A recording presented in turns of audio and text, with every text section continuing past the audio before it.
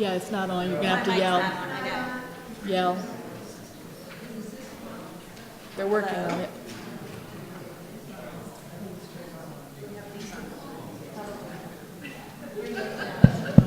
We shouldn't get feedback.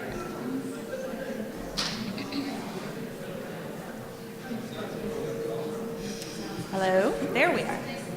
A little bit now. All right. I will start again.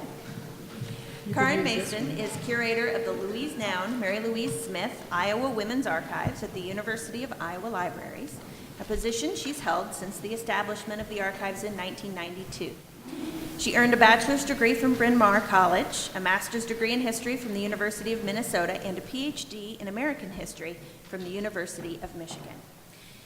Kären's involvement with women's history dates to the late 1970s. She has numerous accomplishments throughout her career. She is the author or co-author of several articles on women's history and on women's archives, and is currently writing about the Women's History Sources Survey. Please welcome Kären Mason.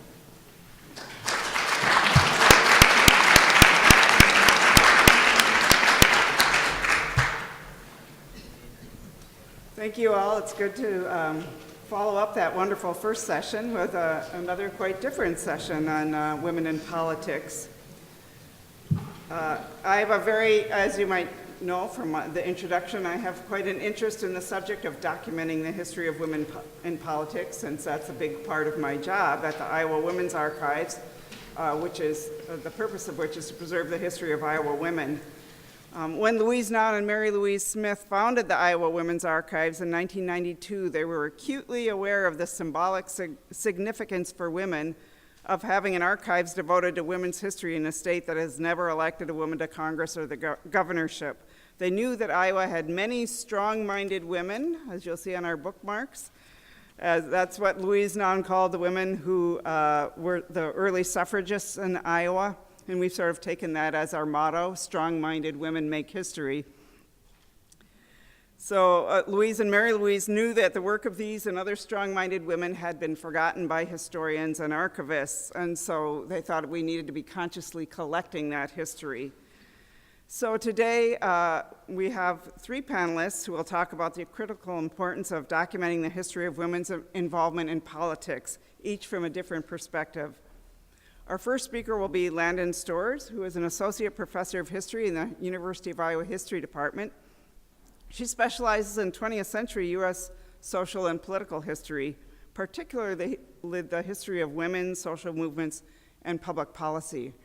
Her first book, Civilizing Capitalism, the National Consumers League, Women's Activism, and Labor Standards in the New Deal Era, analyzed female reformers' campaign for state and national wage hour laws during the Great Depression. Her second book, published in 2012, is called The Second Red Scare and the Unmaking of the New Deal Left. And it was based on newly accessible government records and private papers, so she understands in a very personal way the significance of acquiring historical records and making them available to researchers. Landon?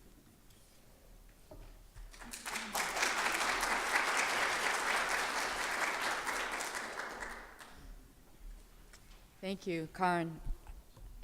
How's the sound? Is that okay?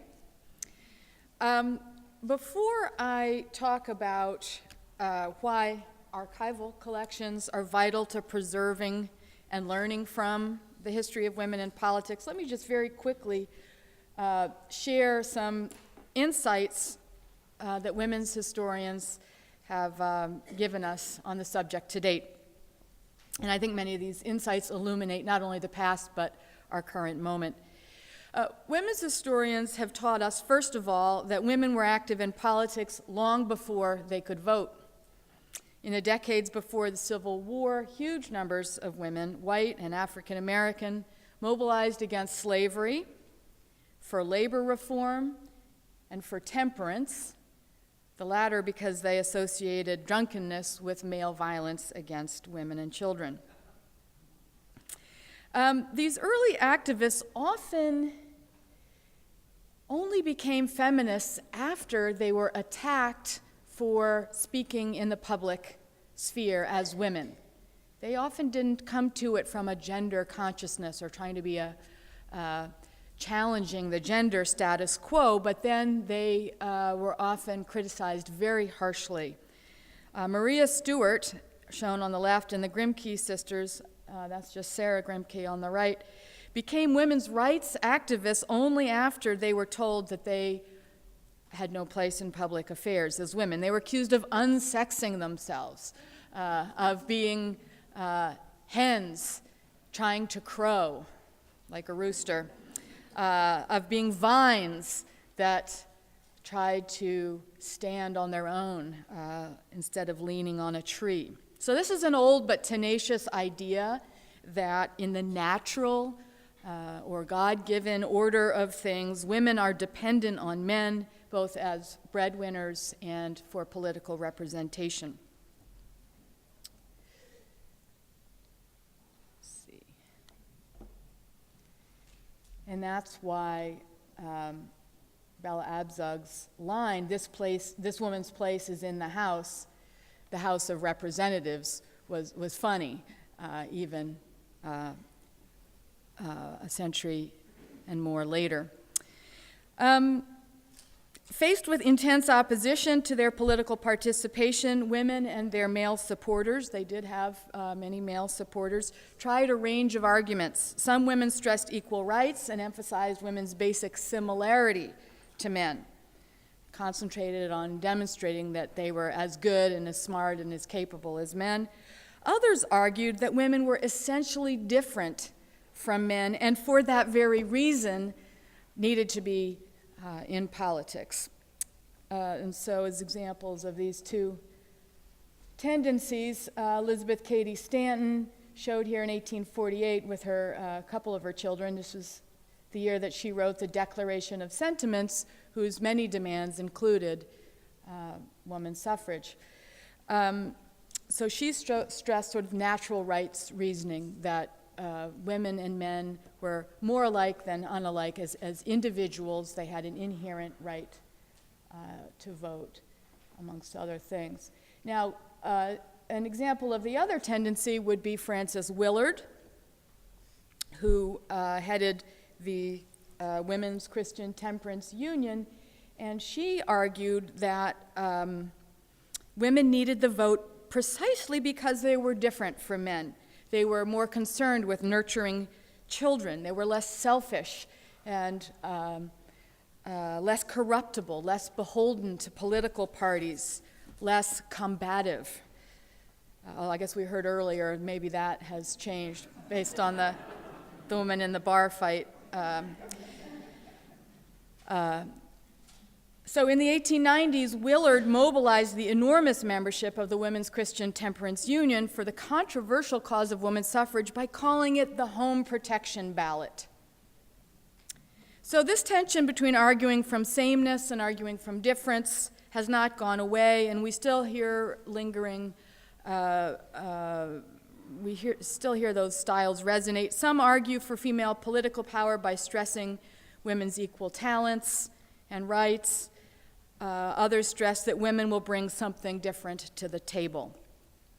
And I think within that latter group, there's a distinction between those who say that this is just the way it is because women are born different, and then there are others who would say, well, women's historical experiences of exclusion and marginalization or of assignment to the domestic sphere, those historical experiences have given women skills at things that are different from men's skills.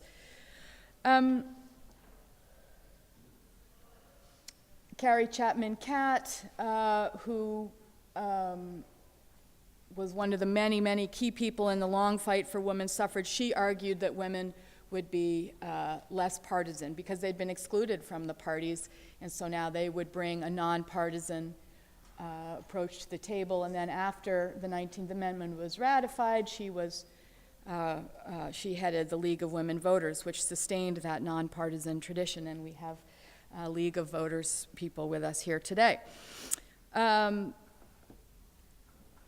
Jeanette Rankin, the only member of Congress to vote against U.S. entry into both world wars, So they are cementing the link between women and pacifism in many people's minds. Whichever strategy they chose, women aspiring to political power have historically faced a dilemma because wielding power was seen as less compatible with femininity than with masculinity. So women have had to work harder than men historically and walk a much finer line in order to win and maintain power. Male politicians, sure, they have to demonstrate that they're masculine, so gender conventions affect men too, but women have had to navigate between being unfeminine and being too feminine. They've had to navigate between, you don't want to be labeled, if you're a woman, aggressive or sarcastic or emasculating or ambitious. But on the other hand, historically, women trying to win elected office were also in trouble if they came across as too frivolous, too emotional, too conciliatory, too sexually attractive. So it was a trickier line to walk. Historians of politics, whether or not they are interested in women, try to explain why things happened the way they did and not some other way. So political historians ask things like, why was a certain candidate nominated? Why did he or she win? Why did she pursue the agenda she did? Why did this piece of legislation pass in the form that it did, and so on? So that brings me to my real point for today, is to really get behind the scenes on cause and effect, you have to go to the archives. The published sources, the newspapers, the congressional record, the published committee reports, that's not going to tell you what was going on behind the scenes. Politicians and other government officials do not generally deposit all their personal papers in government archives. I mean, there are government archives that are valuable, and I've done a lot of work in various national archives facilities, but some of the most revealing material ends up in collections of private papers. And so my argument today is that there are aspects of the political process that government records don't capture, and personal papers are especially important for preserving and recovering the history of women's political participation. Working behind the scenes, as we heard earlier, was a political style, has been historically a political style that many women have used. At first, by necessity. They weren't allowed to be usually on center stage. Many political women have said historically that one reason they got a lot done was that they didn't care about getting credit for it. They were happy to let the men have their name at the top of the bill as long as the job got done. So you can see this going way back. Belle Moskowitz in the 1920s was the top advisor to Governor Al Smith of New York, and then she advised him on his Democratic campaign. She never really got credit for that until much later when women's historians started researching her life. A later example is Elizabeth Wickenden. She didn't run for office, but she was important in several government agencies. She ran several New Deal public programs in the 1930s, and she became a friend and advisor to Lyndon Johnson long before he became president. From her archival papers at the State Historical Society of Wisconsin, I discovered her key role in extending the Social Security program to cover disability. This is in 1956. The bill had passed in the House, but was being blocked in the Senate Finance Committee by Robert Carr of Oklahoma, Democrat. So Wickenden sent a memo to her old pal, Lyndon Johnson, who was then Senate Majority Leader, arguing that passing the disability insurance bill would boost the Democrats in the 1956 elections by securing the labor vote and making Republicans look like the anti-Social Security Party. Carr reversed his position. In fact, he was so converted that later that year, he was giving the Democratic National Convention, keynote, and he bragged, we're the party that have brought security to millions of disabled people. LBJ's chief advisor reported back to Wickenden that her memo, which didn't have her name on it, had done the trick in converting Carr and getting the bill out of committee. And so I wouldn't have known this, but she has handwritten notes explaining this in her personal papers. So there are a lot of examples like this. I could give you many more, but from these little details, historians reconstruct the fabric of political history, and archival collections help us give credit to women for their political achievements, even when they haven't taken it for themselves. In addition to working behind the scenes, women in politics historically also tended to work across party lines more than men, and to work more closely with grassroots organizations. Now, these things may change if we get to 50-50 by 2020 or whenever, but those tendencies come from an initial position of weakness, from being excluded from the parties and from being numerically in the minority. But those things have been used and turned into strengths. Women have made those into talents and skills.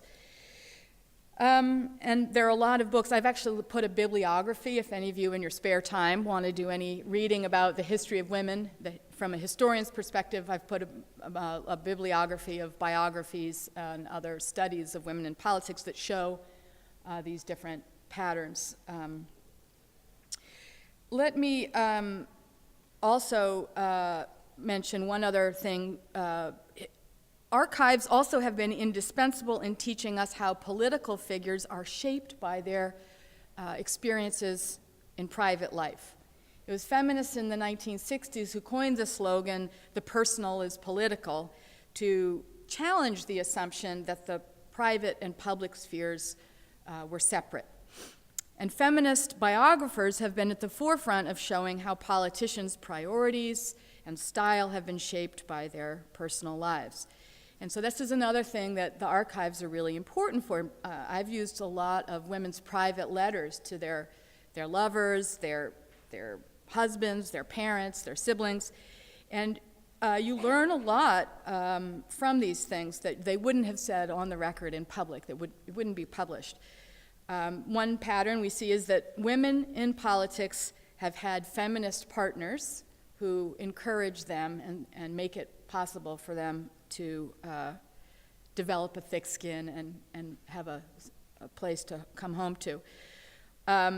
Also, I've noticed that many women politicians were nudged along by mothers who, and I'm looking particularly at women in politics in the 50s, 60s, their mothers encouraged them because they regretted their own lack of opportunities to pursue careers outside of the home. So archives help us study the mutual influence between the personal and the political. Now, we're very lucky to have here a very rich resource for the study of women in politics in the Iowa Women's Archive.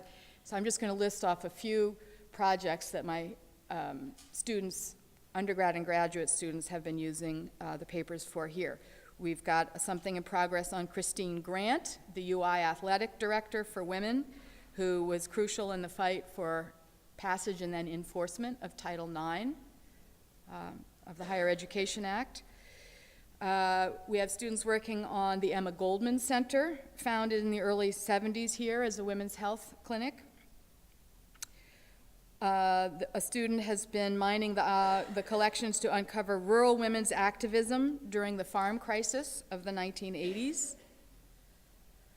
Grinnell students have used the collections here to write the histories of the Equal Rights Amendment fight in Iowa in the 40s, in 1980, in 1992, and some of those articles have been published online. And finally, my last example, a graduate student in history here, Danielle Hoskins, is studying the career of Lina Bell Bach, a Republican elected to the Iowa House from Hancock County in 1960. And I want to close with a line from Bach, and with thanks to Danielle, if she's still here. Asked how she would advise other women who wanted to make it in politics, Lina Bell Bach replied in 1962, "Look like a girl, think like a man, act like a lady, and work like a dog." So we can only hope that the next generation of women in politics won't have to follow that rather grueling prescription. Thanks.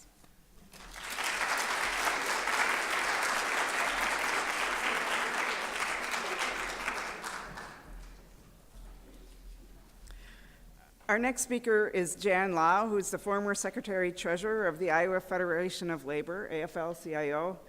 She's been a member of the Bakery, Confectionery, Tobacco Workers, and Grain Millers International Union since 1976, when she first started working at the Sara Lee Bakery in New Hampton, Iowa, which I've driven past many times en route to the Twin Cities. And while there, she was elected steward and then business agent. She has a BA from the University of Northern Iowa, and in 1992 was a graduate assistant at the Labor Center here at the University of Iowa. She was an Iowa Federation of Labor auditor from 1988 to 90, and an IFL executive board member from 1990 to 93. She also served as Iowa Federation of Labor executive vice president from 1993 to 2008, and was elected secretary-treasurer at the end of that term in 2008. In this capacity, she served as the Federation's chief lobbyist and legislative advocate on a wide range of issues affecting Iowa workers and their families until her retirement in 2012. Today, she continues to advocate for Iowa workers and senior citizens through the Iowa Labor Center, the Iowa Policy Project, the Older Iowans Legislature, and as president of the Iowa Alliance for Retired Americans. Jan?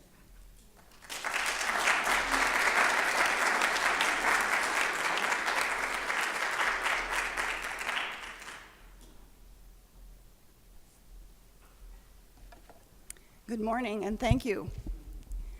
Hopefully you can hear me, because I don't have a voice that carries all that well. Let me ask, how many of you felt that history in high school was your favorite subject? A few. It wasn't mine. It wasn't mine, but maybe it would have if I didn't have to, study about wars and beginnings and endings of wars and who fought, but could learn about somebody like Pearl Mcgill. Now, how many of you have heard of Pearl Mcgill? Good. I never had until a few years ago, but Pearl Mcgill went to work in the button factory in Muscatine when she was 15 years old. Within a year, she was a leader of a strike at the age of 16. And after the strike was over, the Women's Trade Union League picked her up and took her to Chicago. They trained her in public speaking, and they introduced her to political theory. And after that, she was going all over, speaking at fundraisers. She ended up in the middle of the Lawrence textile strike in 1912. She worked with the Industrial Workers of the World and was involved in a number of campaigns, and then burned out, left the union, returned home. She taught elementary school for a few years. She married and divorced, and unfortunately, at the age of 29, she was killed by her mentally ill ex-husband. It shortened her career. Now think, what could have happened with someone like that had she been able to move on with her career. But then let's look at the other end of the age spectrum. How many of you have heard of Mother Jones? A lot more. This was someone I hadn't heard of until I did go to the Labor Center. And there, the director, Roberta Tilretz, was asked one day, who is the person you most look up to in history? And she said Mother Jones, and that was the very first time I'd ever heard that. And I thought, who is Mother Jones? So when I had the opportunity as a graduate assistant there to lead a course at one of our labor schools, it was supposed to be on history, and I could choose my topic. So I chose Mother Jones to learn something about her.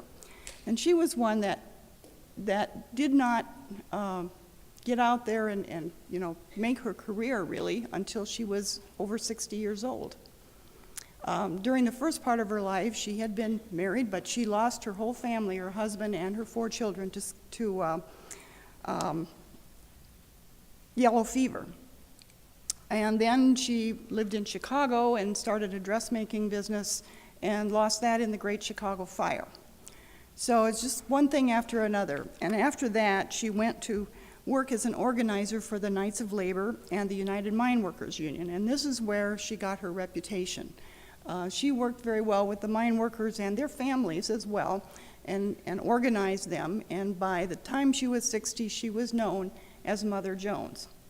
And within a few years, though, because she was so successful at this, and such a rabble-rouser, basically, she was termed the most dangerous woman in America. This was in 1902. She organized the Children's March in 1903 to protest child labor and continued to be active until her death in 1930 at the age of 93. So these are very important stories, and at least we've heard some of them. But there's a lot more stories out there that we never hear and that we will never hear because they've already been lost. And they're a lot of times from people who are not, in the news all the time.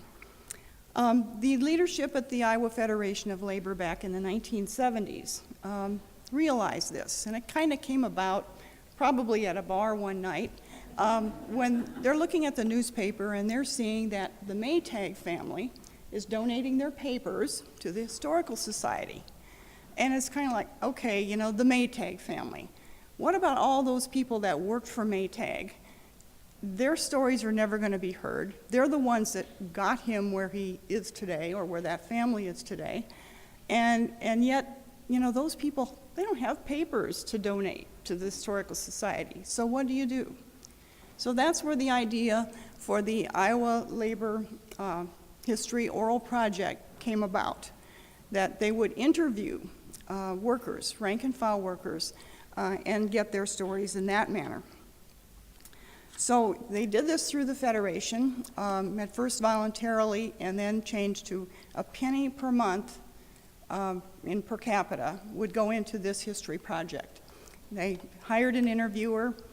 There was an advisory committee, and some people in the, in advising them says, oh, you should just, talk to the leaders. That wasn't what they wanted. They wanted the stories of the people, the workers, so a lot of the interviews are not about unions so much as about people's lives, where they grew up, what their lives were like, what their work was like, and of course there was a lot of union connection in there as well.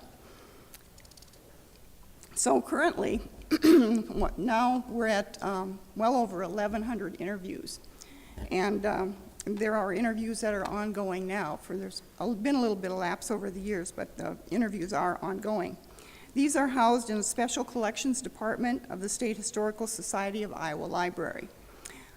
This is a very, very rich collection, and it is augmented by, whatever papers there can be, whether it's constitutions of unions, collective bargaining agreements, newsletters, minutes of meetings, financial records, and that sort of thing. So this collection is actually recognized as one of the richest state-level collections in the world. In fact, in our office in Des Moines, we've often got calls from all over the world asking permission to access these interviews. It's also often used in Labor Center history classes, and it's generated many articles and dissertations. It's the basis for a book called Solidarity and Survival, which is an oral history of Iowa labor that's edited by a University of Iowa professor of history, Shelton Stromquist, and was published by the University of Iowa Press in 1993. I want to give you a little bit of a flavor of what is in Stromquist's book, which is derived from these interviews. So I'm going to give you a couple of excerpts and describe that a little bit. The first one is about Ethel Jared, who is a woman from Ottumwa, who went to work in the 1940s when her husband was called away to war. She went to work in the Morel meatpacking plant. Jumped at the chance to work there because she could make more money, and she felt that she could do the job. Well, when the men came back from the war, it was considered their patriotic duty to back off and let the men have their jobs back. So she accepted that. Even though she wasn't, really comfortable with it, she accepted that, and she went to work in the women's part of the plant, which was generally sliced bacon, is where they went. And over the years, though, with new technology coming in and the way they rationalized these jobs, it seemed that it was always the women's jobs that got eliminated and not the men's jobs. And when they'd hire new people, they would hire men, even though the women had more seniority and had done those jobs before. So they tried to, and the women were not allowed to bid on those men's jobs either. They had to stay with the women's. But they worked out a compromise where you could have men's jobs, women's jobs, and jobs both could do. So when the women back went in there, this is what she said.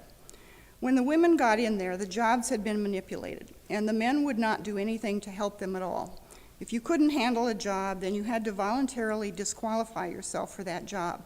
Once you disqualified yourself for that job or that department, you could never go back in there again. And the only job that would ever come open again in that department would be that job. So you were a loser whichever way you went. And then you didn't have the union going back in there arguing, say, look, this isn't the way this job was presented to us when we went over it. This is not the job description. So they didn't get any help on that. So the women were back out on the street. She goes on to say this. We had a meeting at the Coliseum, and the women said, all right, we're going back, and this is the way it is. That's when I got up and I told them I was not going to stop fighting, that this was the way it was. And that's when I made up my mind that we'd paid dues all these years. We were union members. We were entitled to just as much as any male that walked through that door, because that's what the union stands for. Well, the company said they couldn't do anything, and the union basically wouldn't do anything at that point. So they filed suit. This was in the 60s after the Civil Rights Bill passed. But they were unsuccessful because their suit was thrown out on a technicality. The other woman I want to mention is someone some of you may know, as Doris Pike from Cedar Rapids, very outspoken worker from Rockwell Collins. And what happened in the 60s a lot was when women wanted to step up to leadership, they started kind of getting pushed over into like women's committees. And so that's where a lot of the women at that time came up through the ranks. Here's what Doris says. When I organized a women's committee at the suggestion of Betty Talkington, oh my God, it was a threat to the men. Oh my God. If you know Doris, you'll know that. Business agents used to peek around the corners. We don't want this to get too far away because the women are going to take over the union. Oh, I said, look, all I want to do is educate the women. Now leave me alone. I don't give a damn about what you do in that union hall, but let me educate the women. So this women's committee was formed despite the male chauvinist attitude at that time in the leadership. I got more and more educated. I just ate it up. I loved the political end of the labor movement, but I didn't really care about running for office. So I worked the polls, and I had to hire a babysitter to do all this, plus maintain my own job and do the housework. But anyway, I did that, and I loved it. I learned a little more about the political system at the grassroots level. I door-knocked to get out the vote. Snow, rain, sleet, whatever, I did it. Flashlight in hand, worked all the people's houses. I went into the Linn County Democratic Women's Club. I was elected financial secretary, and I gathered up memberships out of my own local and other women in the community that I knew.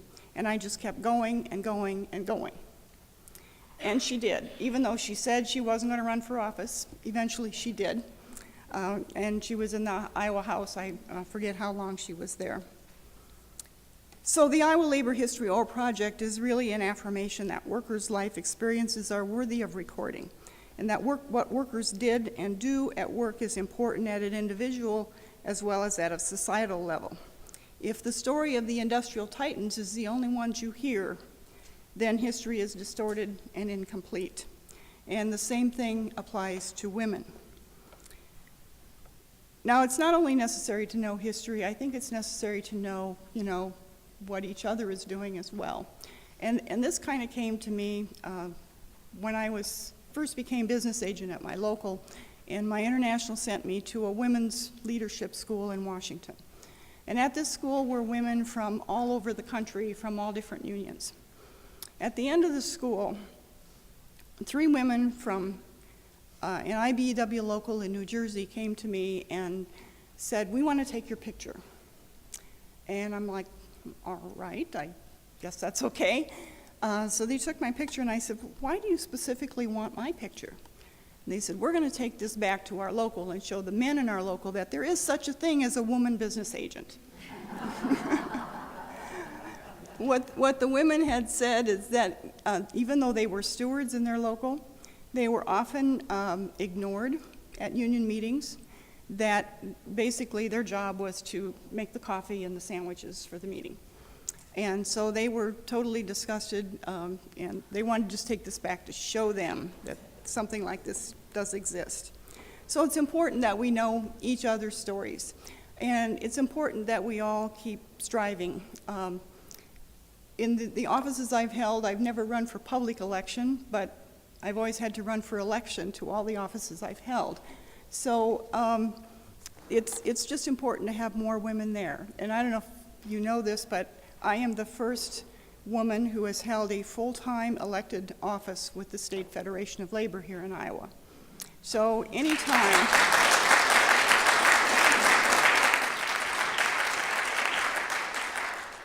thank you. Anytime that any of us can keep poking away at that glass ceiling will help us get to the 50-50 that we need to have in not only the Iowa legislature, but the Congress. So we can appreciate the enormous debt that we have to the women that have gone before us, to our foremothers, and move forward with the confidence and courage that we can do what they did and move women forward into the future. Thank you.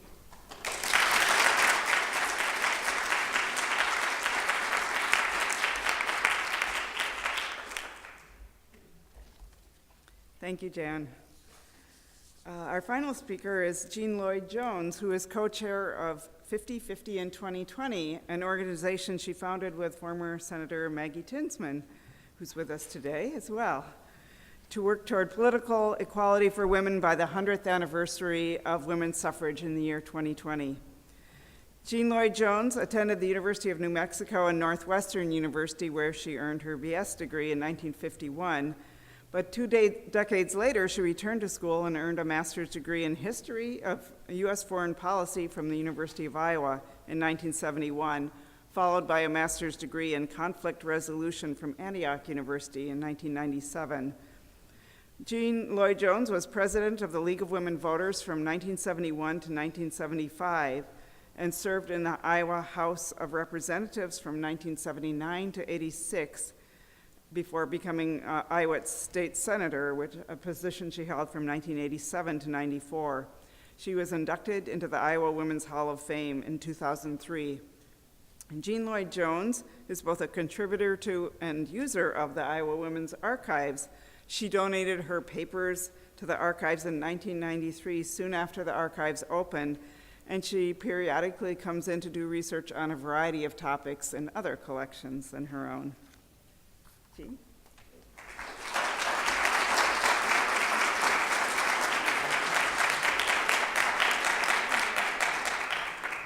Thank you very much. And Kären, I have some more boxes for you. I want to thank Pete and Kären and all the people who organized this fantastic array today, and I'm looking forward to the rest of the speakers. I knew both of the women who founded the Women's Archives. Mary Louise Smith was a member of the board of the Iowa Peace Institute when I was the president, and Louise Noun was my co-chair of my campaign when I ran for the U.S. Senate in 1992. So I have a special feeling about those two women. And in 50/50 in 2020, when we set our giving levels, we made the very top giving level the Louise Noun, Mary Louise Smith level. And I'm proud to say that we have a lot of contributors in that category. I'm one of your foremothers that they talk about. And they want me to talk about my career in the legislature and 50/50 in 2020, and they gave me 10 minutes. So I'm going to fast forward and tell you that I was elected to the Iowa House of Representatives in 1978, started serving in 79. I was one of 11 women in the House. There were 3 Democrats and 8 Republicans, and there were 4 women in the Senate, 1 Democrat and 3 Republicans. So that was 15 out of 150. And the first day I walked in, a well-meaning woman said to me, "And whose clerk are you?" It was a male-dominated environment. I know it still is, but those of you who are there now, when you hear how it was back then, you will realize how lucky you are. The men held all the leadership positions and decided who would be the committee chairs. They spoke in metaphors common to sports and hunting and the military. Some legislators were dating the Pages, who are juniors in high school. And the doormen engaged in what they called playful badgering with the Pages. The women legislators formed a support group to educate the young women on how to deflect unwanted attention. And we got the House rules changed to say that legislators could not socialize with Pages. I served for 16 years, 8 in the House and 8 in the Senate, and the numbers of women slowly edged up. And for several years, we had a women's legislative caucus that met once a week. Not all the women came, but most of us did. Democrat, Republican, House, and Senate. We didn't touch the hot-button issues, but there were plenty of things that we could work on together, and we got a lot of things done. One thing, which some of you might consider trivial, is a bill that we called Potty Parity. Senator Bev Hannon decided that it was not fair for women to have such long lines outside of the restrooms and public facilities, and so she introduced a bill that said any building built with public money had to have twice as many stalls as the men's restroom. We all sort of cringed when we saw what Bev was proposing and thought this was we're going to be the laughing stock of the legislature, not to mention the rest of Iowa. But she introduced that bill, got it through her committee, and brought it to the floor. It passed without any discussion, passed unanimously.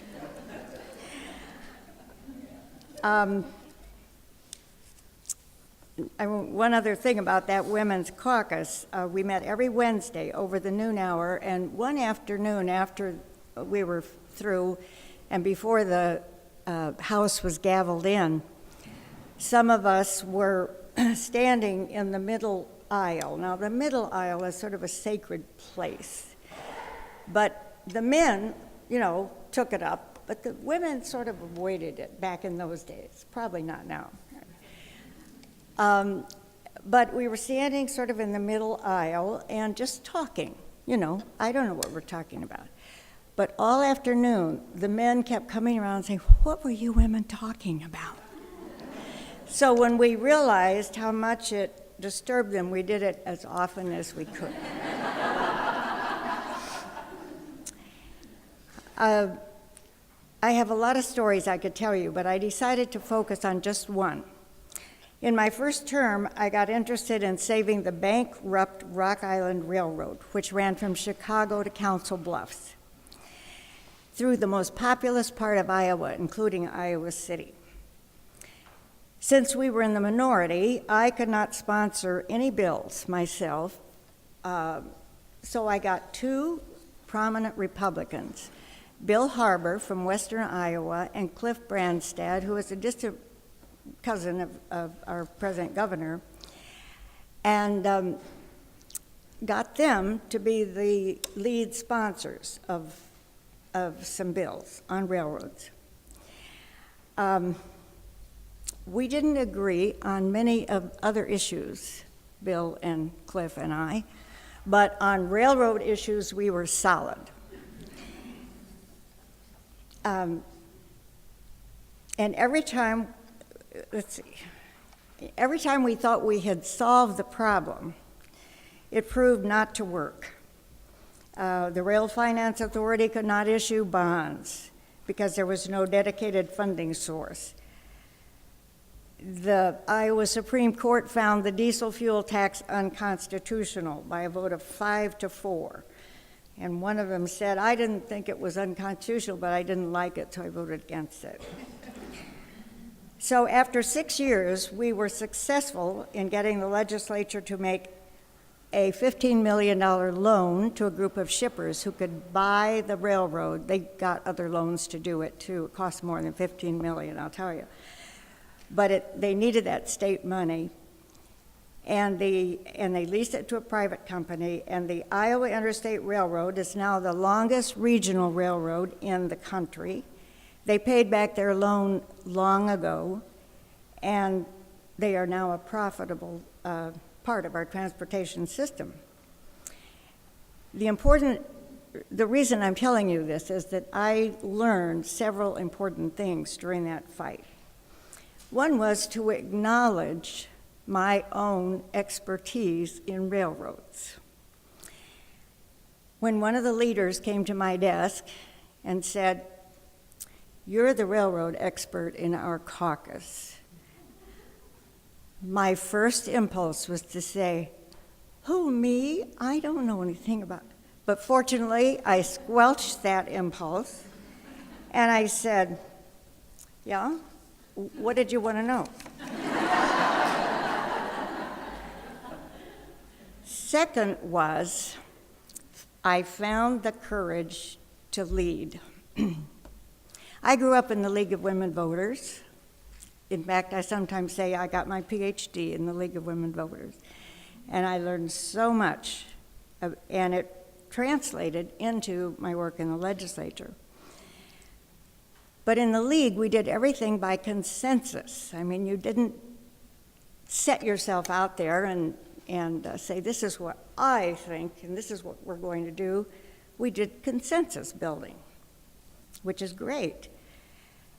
But when you get to the legislature, sometimes you have to take things into your own hands. So in my second term, I realized that if we were going to get the railroad bill passed or get a successful railroad bill, we had to get the governor's support. But the other people that I was working with weren't ready to take that step. And one night, I just found the courage to do it. So I wrote a letter to Governor Ray, who was the governor at that time, and I got an appointment with him for Friday afternoon after the close of the week's session. I got Harbor and Branstad to join me, and we spent an hour talking to the governor and the DOT chair. When I got back to the Capitol the next Monday morning, went to my desk, a reporter from the Cedar Rapids Gazette came over to me and said, "What did you think of the governor's radio address this morning?" And I hadn't heard it. She said, "Well, all he talked about was the railroad bill." So I felt, oh, that's relief. And the third thing was to keep on fighting, even when it looks hopeless. We had opponents to that bill everywhere. The trucking industry, the highway builders, the auto dealers, even the other railroad companies were opposed to that bill. And some legislators thought I should drop it. They said, this is a federal problem. You can't solve this at the state level. And every time I think, yeah, they're probably right. I should give it up. It isn't working. Then I think of one more person I could call, or one more action I could take. And one day, Don Avenson, who was Speaker of the House, said to me, he came out of the governor's office and said, "Nobody wants your bill."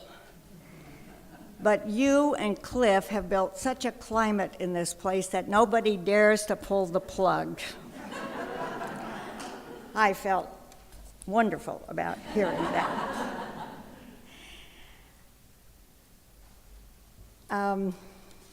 As I say, I could tell you stories all day.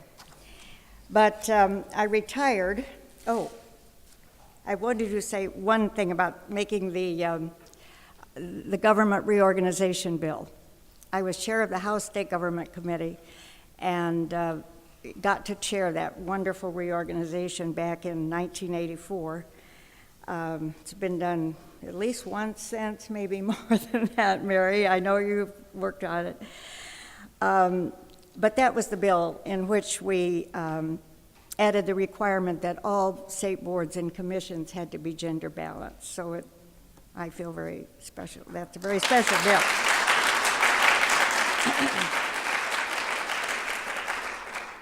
Well, I retired from the legislature 20 years ago, and when I left, there were 22 members, women members. Today, there are 35, and at this glacial speed, it's going to be the 22nd century before achieving gender equity, if then. So Maggie Tinsman, a Republican from Davenport, you want to stand up, Maggie, so everybody can see you.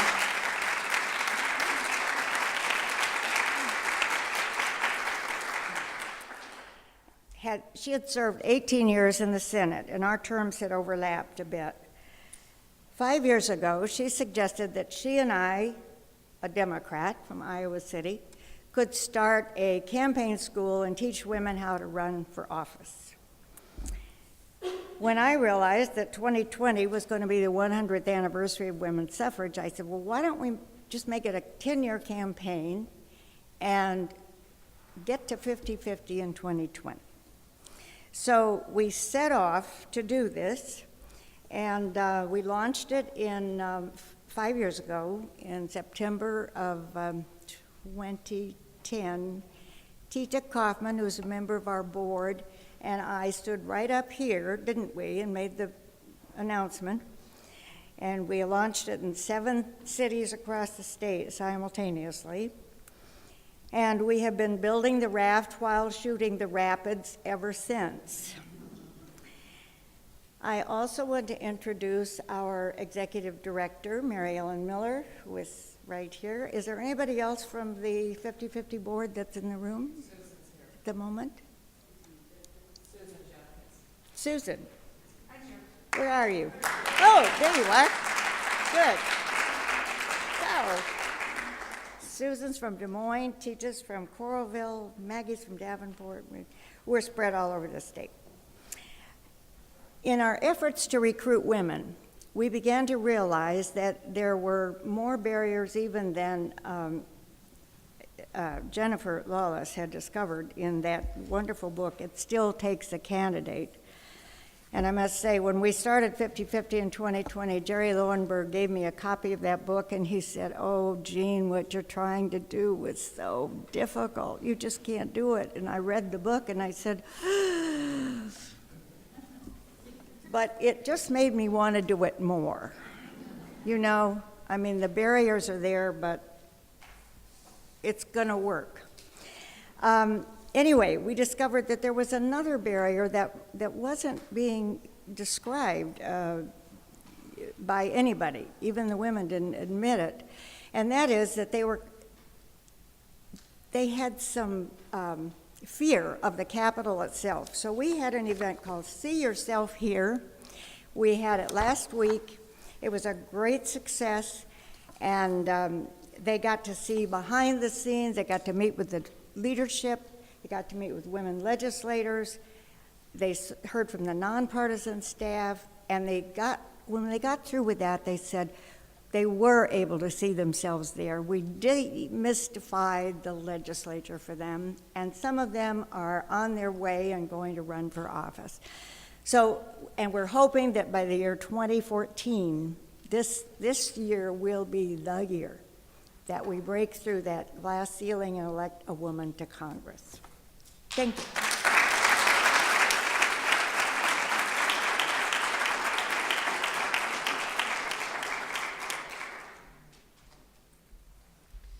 Well, I want to thank our panelists very much, and Kären, thank you very much. Looks like we're going to break now for about an hour and 15 minutes for lunch. There are plenty of restaurants, as many of you probably know, within walking distance, some great places. So feel free to take off for lunch. The keynote address with U.S. Senator Amy Klobuchar is going to begin at 1 o'clock. So see you back here then.